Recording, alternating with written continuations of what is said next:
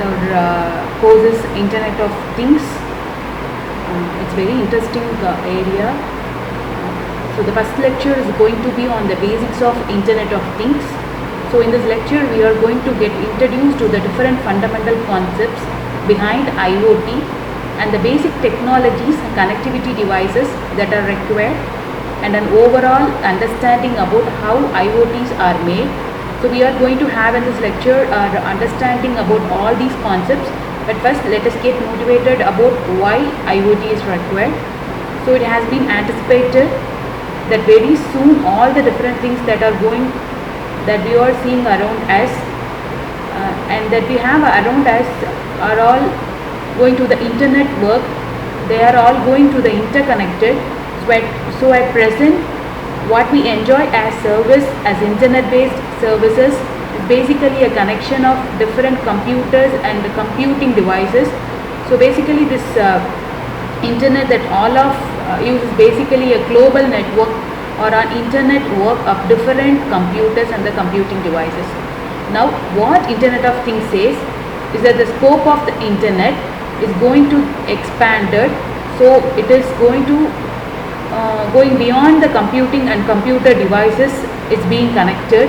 It is going to the interconnect different things, that physical objects that we see around us, the different objects such as lighting system in a room, the lights, the fan and the air conditioners, and anything and everything, including things such as the toothbrush, the microwave oven, the refrigerator and so on. Not only in homes but also in our businesses, such as internet working, different machines, internet working, different equipments and so on. So each and everything that we see around us, that we use at our home, in business, in workplaces, everything be internet work.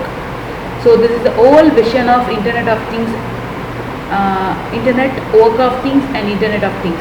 So now there are several challenges that are going to arise if we want to do it, but before, let us also discuss about why it is going to be required, why Internet of Things has to be so popular, why it is going to be required, and the reason is that IoT is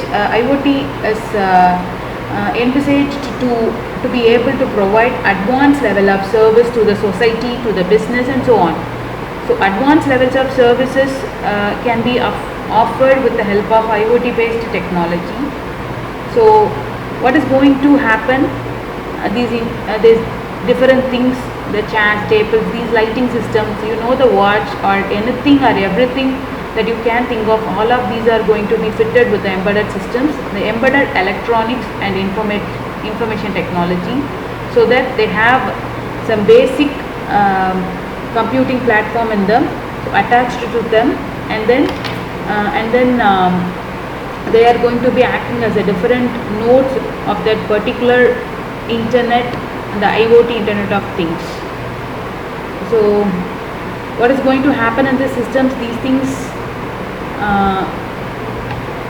are going to be all equipped with embedded systems, and these embedded systems along with the embedded electronics, embedded processor, embedded communication systems and so on. So they are going to help in connecting different other things that are around them, and depending on the application requirements, depending on the specific goals of the business, and then a big internet is going to be formed, which is much bigger than the current internet of computers, that is the network work Internet of Things. IoT is one of the building blocks that is considered to be used of developing smart homes and smart cities. At present, not only in our country but throughout the world, there is a lot of interest on developing smart cities and smart homes. IoT is one of the enabling technologies to make a city smart and to make the home smart.